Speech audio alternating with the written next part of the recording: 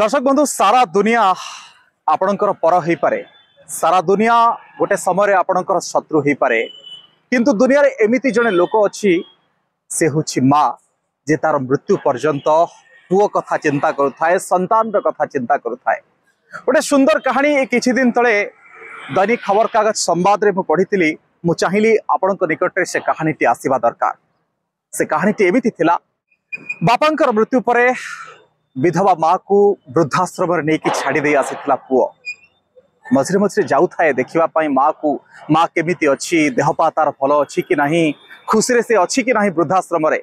आ एक कथा जानी भी मार खुशी हूँ तार से शाशु घरे, जो घर को से दिने बाहा ही आसीथिला, जो घरे तार पुओ जन्म नहीं थिला, जो घरे तार स्वामी सहित से खुशी रे थिला, किंतु तथापि निज स्वामीर मृत्यु पर माँ आज वृद्धाश्रम रे। एमती जीवासीवा भितर दिने समय आसिला, मार देह खराब हो गला, वृद्धाश्रम कॉल आसिला, फोन आसिला पुओ को टिके देखिबा पई माँ को, किंतु कामर व्यस्तता भितर, बिजनेस व्यस्तता भितर, व्यापार व्यस्तता भितर पुओ माँ को किछि दिन देखा करबा को जाई पारि नथिला। एमती कॉल भितर जेतबेले पुओ पहुंचिला वृद्धाश्रम रे, सेतबेले माँ मृत्युर सज्जारे। पुओ पहुंचिला पर जेतबेले माँ को डाकिला, माँ आखि खोलिकी शेष सज्जार किसी कथा कहला, कहला बाबूरे ए वृद्धाश्रम रे खरा दिन बहुत गरम होछि, आ असह्य गरम रे आमे माने बहुत छटपट होछु, जदि पारिबु गोटे जोड़े फैन ए वृद्धाश्रम रे लगे दबु।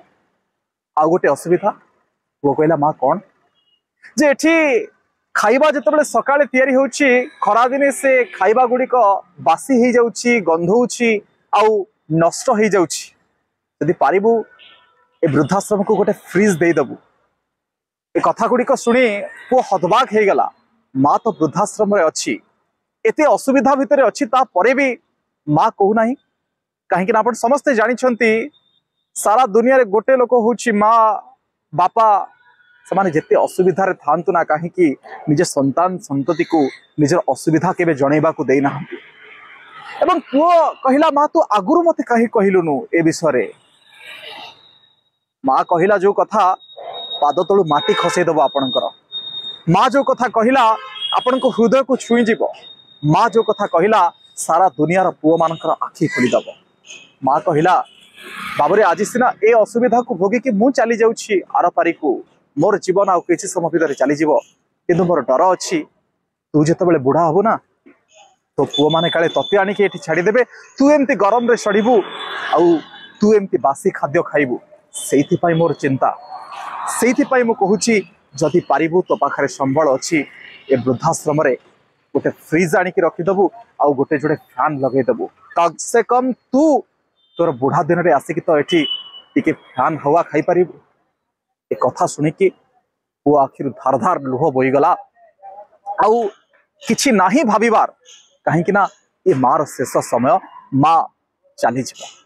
दर्शक बंधु ए कहानी कोठी ना कोठी मो छाती को छुई थिला, कोठी ना कोठी आपण को छाती को निहाती छुईब।